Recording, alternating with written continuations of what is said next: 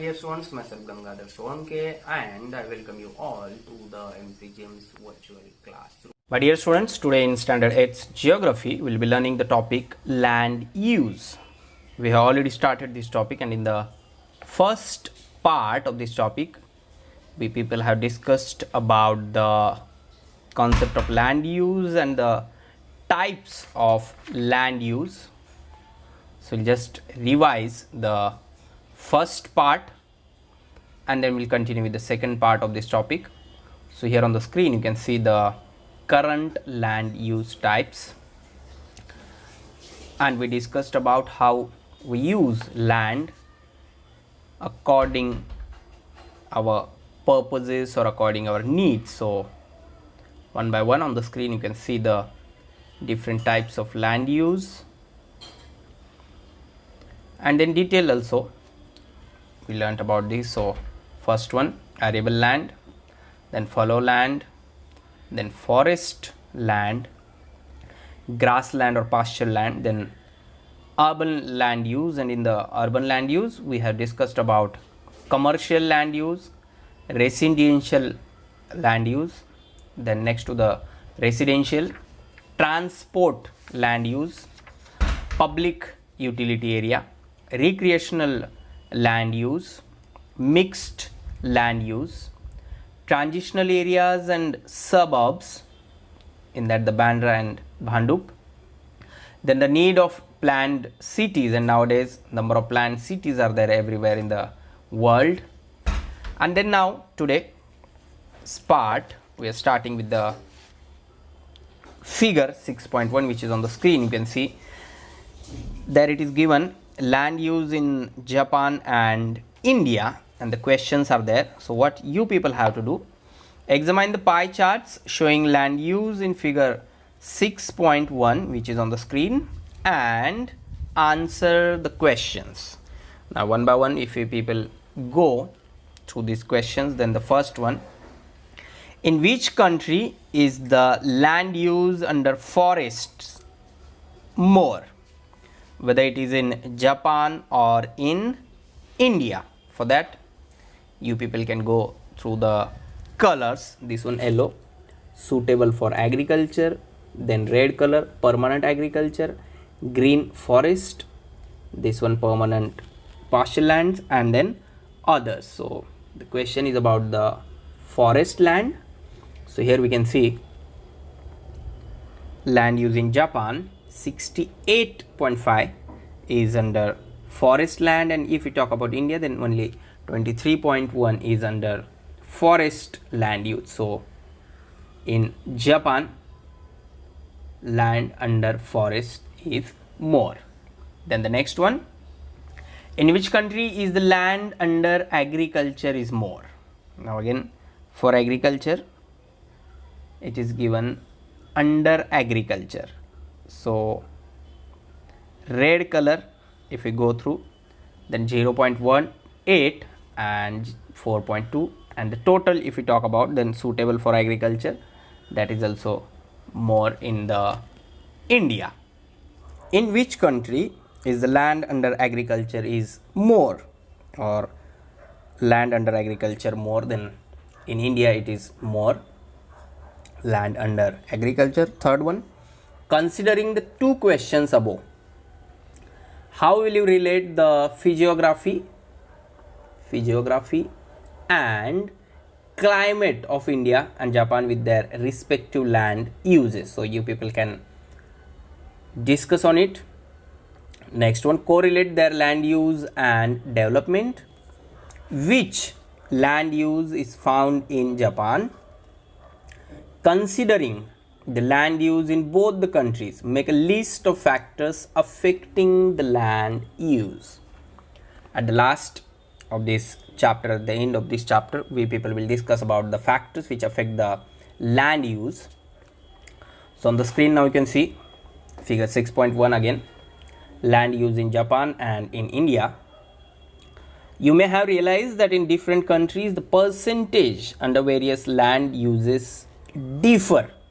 Like in India and in Japan it is differ. जैसे under agriculture land बहुत ज़्यादा difference है, under forest land use बहुत ज़्यादा डिफरेंस है. So not only in India and Japan but all over the world the percentage under various land uses differ based on the availability of land, the population of a country, its quality and needs. Land uses types vary. In Japan, for example, the percentage of land under forest here 68.5 is more, and the percentage of land under permanent agriculture is very low. It's only 0.8%. As compared to that, in India, the percentage of land under forest is low, while the percentage of land under permanent agriculture is high. And for this, number of factors which affect the use of land use. Now, on the next slide, you can see the revenue department, survey, settlement, and land records. Under land utilization, we have seen how land is put to different uses. The ownership of land could be private or public. बहुत सारी जगहों पे आपने देखा होगा कि बहुत सारे प्लॉट्स जो होते हैं इन मुंबई अल्सो या फिर कहीं पर भी हम जाते हैं तो वो जो मालिक होते हैं उस लैंड के उनका नाम लिखा गया होता है और कहा जाता है कि ये जगह इस के नाम पर है. सो लैंड यूज और the ownership of land could be private और public. Land registration in this context is done under the revenue department.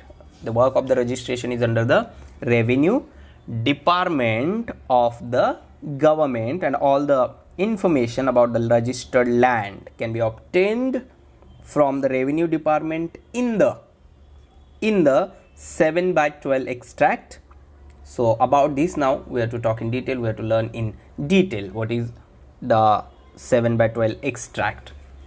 On the screen you can see record of rights, village form number 7, 7A and 12.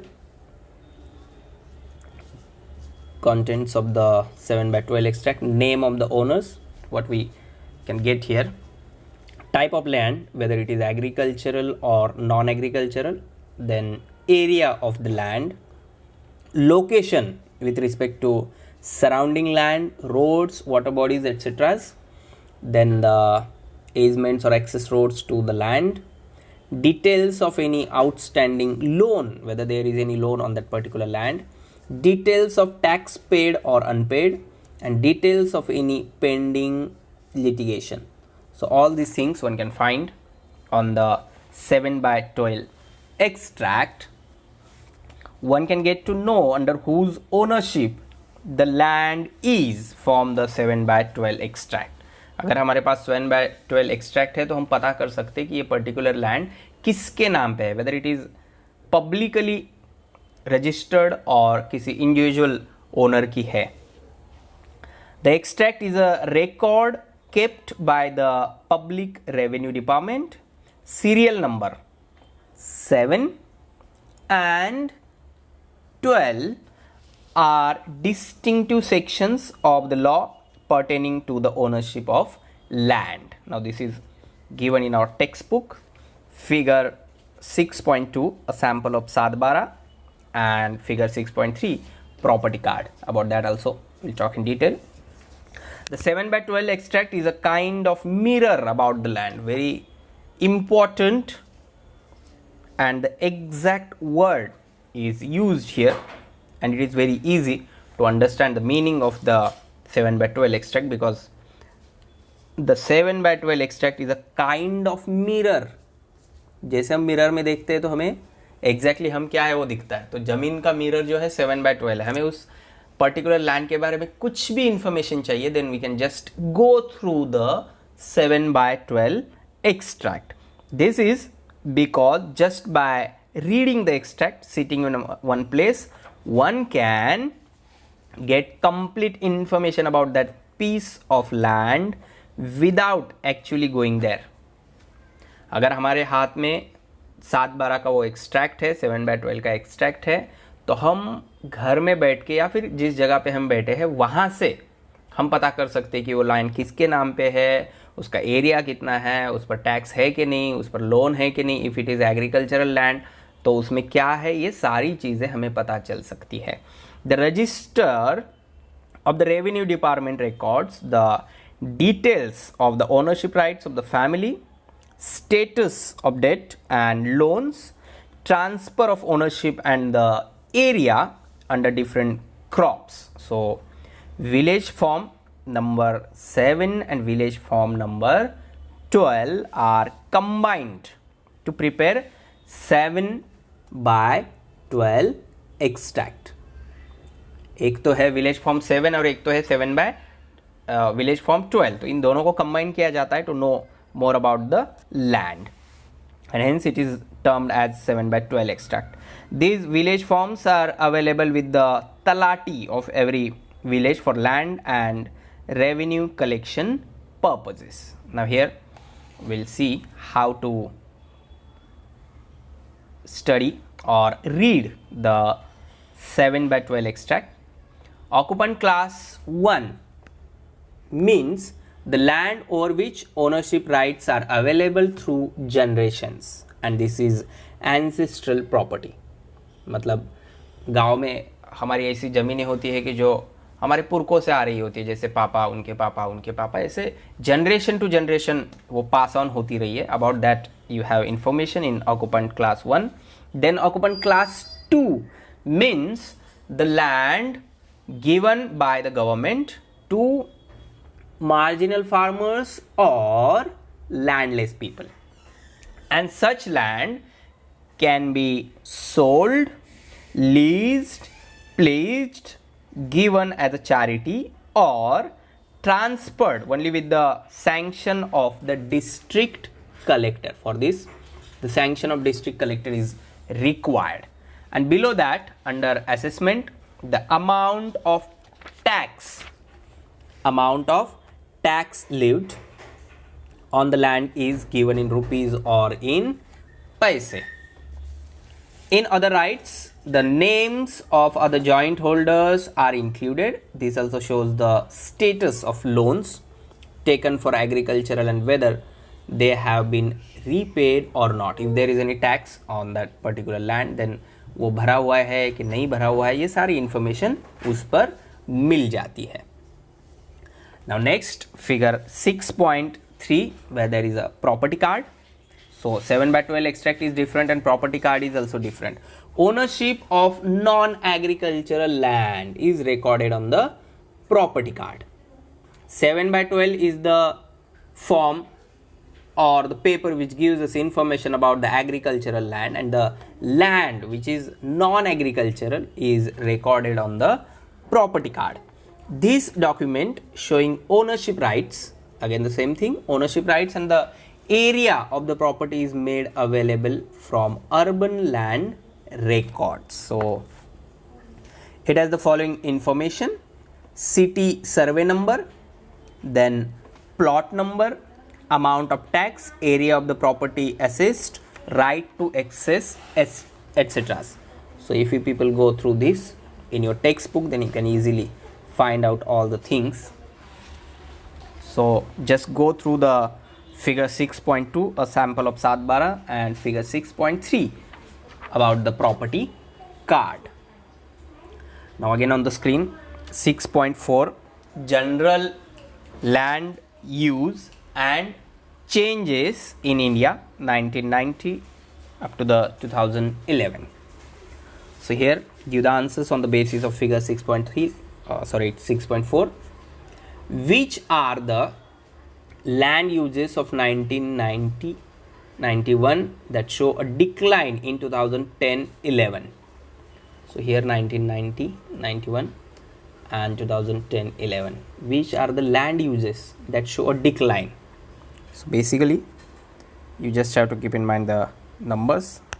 Forest, first one, then the non-agricultural, then pasture, then other non-agricultural, and total agricultural land. So you people just Observe this figure and try to answer the questions. Next one, which type of land use is maximum and what would be the impact of this on India's environment? Then the last one, can a decline in the area under agriculture be equated with a food shortage? This one is again very important question. So you people just go through this figure and try to answer the questions. Now on the screen you can see factors affecting land use. As we know, two basic and important types of land use: rural land use and urban land use. So the factors affecting land use: in rural land use, climate. As climate changes, the use of land also changes. जैसे agriculture ज़्यादा से ज़्यादा होता है in the rural, so according to the climate, use of land also changes. Then soil, if the soil is fertile, then it is always under the agricultural use. And sometimes, जैसे हमने फलो land के बारे में देखा कि वो बढ़ना चाहिए, उसकी फर्टिलिटी, तो कुछ दिनों के लिए उसे खाली भी रखा जाता है. That is depends on the soil. Then the type of slope, irrigation facilities, natural resources. Again, this is very important. If the land is rich in minerals, then it is under the mining. So it is the thing. Government policies. And if we talk about the urban land use, then the location and site, very important thing which affect the land use. अगर किसी particular जगह पे कोई factory आती है या फिर government का कोई ऑफिस आता है, तो वहाँ का लैंड यूज जो होता है वो कंटिन्यूसली बढ़ता जाता है. फिर वहाँ पर दुकानें आएंगी, फिर लोग वहाँ सेटल होने शुरू हो जाएंगे. If there is any factory, तो माइग्रेशन बढ़ता जाता है और लोग रहने के लिए उस जगह का यूज़ करता है. Then the natural resources, again housing development policies, transportation routes, industrialization play very important role in the land use, trade and commerce, playgrounds and entertainment facilities, and again the government policy. So these are the things which affect land use. You can compare this with the Mumbai and your native place, या फिर किसी एक village को आप consider कर सकते हैं, अपना गांव भी हो सकता है उसमें, और जहाँ पर हम रहते हैं मुंबई में. तो दोनों जगह के लैंड यूज़ को अगर हम अच्छी तरह से कंपेयर करेंगे तो भी हमें ये चीज़ें बहुत आसानी से समझ में आएगी. Now the next thing, again Maharashtra state land use 2010-11. Now what you have to do, study the given figure and answer the following questions. 56.8% area under crops, then 16.9 here area under forest, then 10.2 non-agricultural land, then 7.9% grazable land, and then below that you can see 7.9 is the grazable and cultivable, then fallow land 8.3. Now on the basis of this information you have to answer the questions. What is the percentage of land suitable for cultivation? What is the percentage of land suitable for cultivation? So it is 56.8 we can say. Then what is the percentage of barren land? That is fallow land 8.3. What is the percentage of land under forest in Maharashtra? That is 16.9%. And what is the percentage of non-agricultural land in Maharashtra? So you people can calculate this and answer this question. So in the today's part of this lesson, we people learnt about the 7/12 extract, then about property card, how is the 7/12 extract read, and the factors affecting land use. Please subscribe the channel and press bell icon to get notifications. So my dear students, this is all for today. Thank you very much. Stay home, stay safe, take care.